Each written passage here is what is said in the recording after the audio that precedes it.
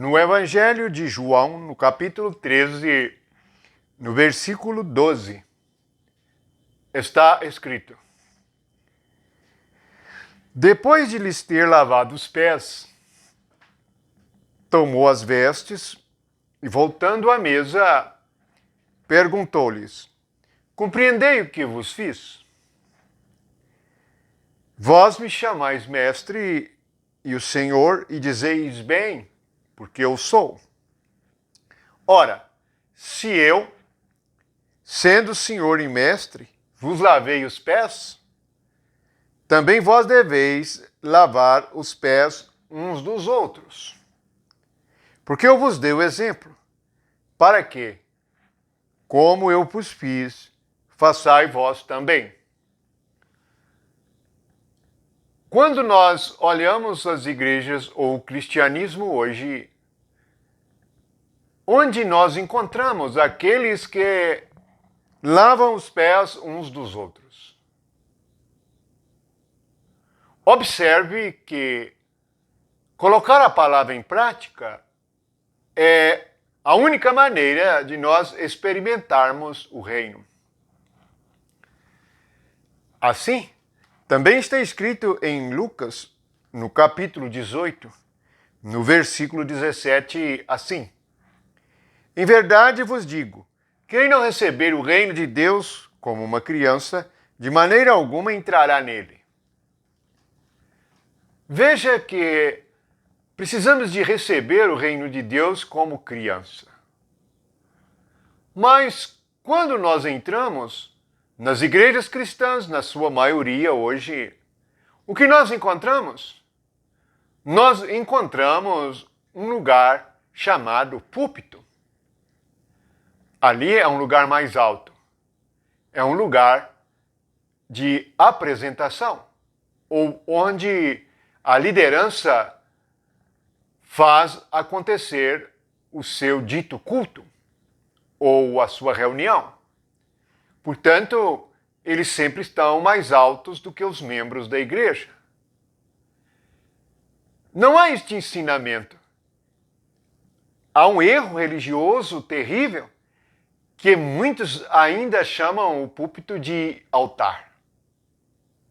Não sabem nem têm ideia do que seja o altar. O altar, como é nas Escrituras, é o lugar onde se sacrifica a Deus. O altar era onde os animais eram degolados, o sangue escorria sobre ele. O altar na igreja é Cristo e é através da cruz. Cristo é o cordeiro na cruz. A cruz é o altar. Portanto, se incorre no engano e os crentes têm dificuldade de compreender o significado espiritual das coisas, pois chamam aquele lugar alto de púlpito ou de altar. Não podemos ver desta maneira. Precisamos ver o que Jesus disse. Primeiro, ele disse que nós devemos receber o reino de Deus como crianças. Portanto, segundo a carne, nós devemos ser pequeninos, simples, e considerar que o que Deus diz é verdade e está encerrado a questão. A segunda é que Jesus ensinou-nos a lavar os pés uns dos outros. Dificilmente aqueles que estão nas alturas, nas reuniões das suas igrejas, terão os pés lavados por um membro que está embaixo. Isto é um princípio que surgiu na carne e na mentalidade humana e que é chamado de a parte eclesiástica da igreja, a liderança separada dos crentes. Vamos à cena. Estão ali aqueles que são discípulos de Jesus Cristo. A água é colocada na bacia. Jesus toma a toalha e Jesus se abaixa para lavar os pés. Lembre-se que os pés é o membro mais baixo do corpo. E é também, segundo o significado espiritual, aquele que representa a nossa mentalidade com a qual nós andamos espiritualmente. Portanto, Jesus vem e nos lava. Isto tem um significado de humildade muito grande. Nada na igreja pode ser elevado a não ser Cristo. Nenhuma liderança, nenhum homem, nenhuma mulher e ninguém é diferente. Mas cada um tem a sua função e, em particular, cumpre a função no corpo de Cristo, segundo o que recebeu por meio do Espírito Santo. Assim, nós poderemos lavar os pés uns dos outros.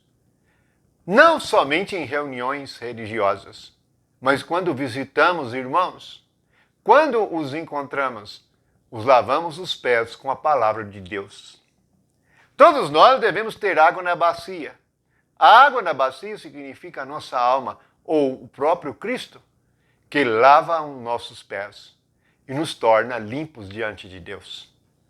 Bendito seja Jesus Cristo por esta manifestação e este ensinamento. Primeiro, somos crianças, que recebemos o reino de Deus. Segundo, somos aqueles que lavam os pés uns dos outros. Isto é, consideramos os outros superiores a nós mesmos. Portanto, devemos ter cuidado com as grandezas. As coisas, quando é segundo a carne, a satisfação é por meio de grandezas. A maior igreja, isto é, o número maior de membros. O mais inteligente, o maior pregador.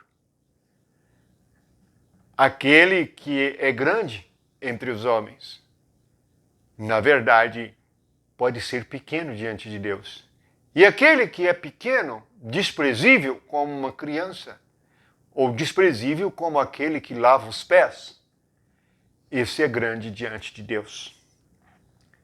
Jesus diz que o que é elevado diante dos homens é detestável diante de Deus. Portanto, não procuremos coisas elevadas. Recordemos que o nosso Cristo nasceu na manjedoura. O que vemos hoje é que os falsos profetas, os falsos mestres, eles procuram construir com o suor dos irmãos templos luxuosos para se reunirem, onde por meio de luzes, onde por meio de coisas artificiais, chamam a atenção da carne. E na verdade, nada se parece com manjedouras, mas sim se parece com lugares onde se tem entretenimento e diversão. Portanto, observe o princípio de Cristo, humildade. O princípio de Cristo é que sejamos e recebamos a palavra de Deus como crianças. Então, nós consideramos que Deus diz é verdadeiro. E o reino virá para nós, e nós entramos nele. É isso que Jesus Cristo ensina. Jesus não nos ensina a julgar o pó na cara das pessoas, isto é, julgar o erro deles na cara deles. Mas ensina-nos a lavar-se uns aos outros, e o lavar, e nós já sabemos, é por meio da palavra, pois a água é a palavra. E é assim que está escrito em Efésios, que diz que a igreja é lavada pela palavra. Lavada pela palavra. Até que se torne sem mancha, sem ruga ou coisa semelhante. Louvamos o nome de Jesus Cristo. E não se esqueça, precisamos ser simples como crianças. Precisamos aprender a lavar os pés uns dos outros.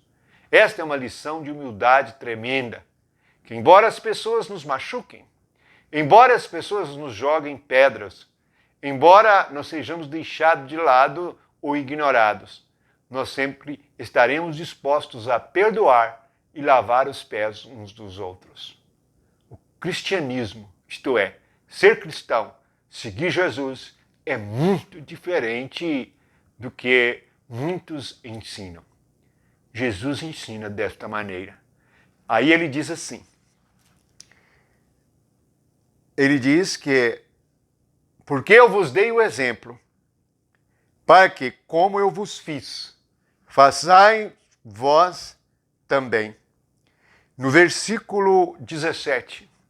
Ora, se sabeis estas coisas, bem-aventurados sois se as praticardes. Portanto, a nossa alegria depende de nós praticarmos o que Jesus ensinou. É o que Jesus ensinou, não é o que o homem manda. Não é o ensinamento da carne. É aquele que veio do alto e fala das coisas do céu. Bendito o céu que nos veio por meio de Jesus. Amém.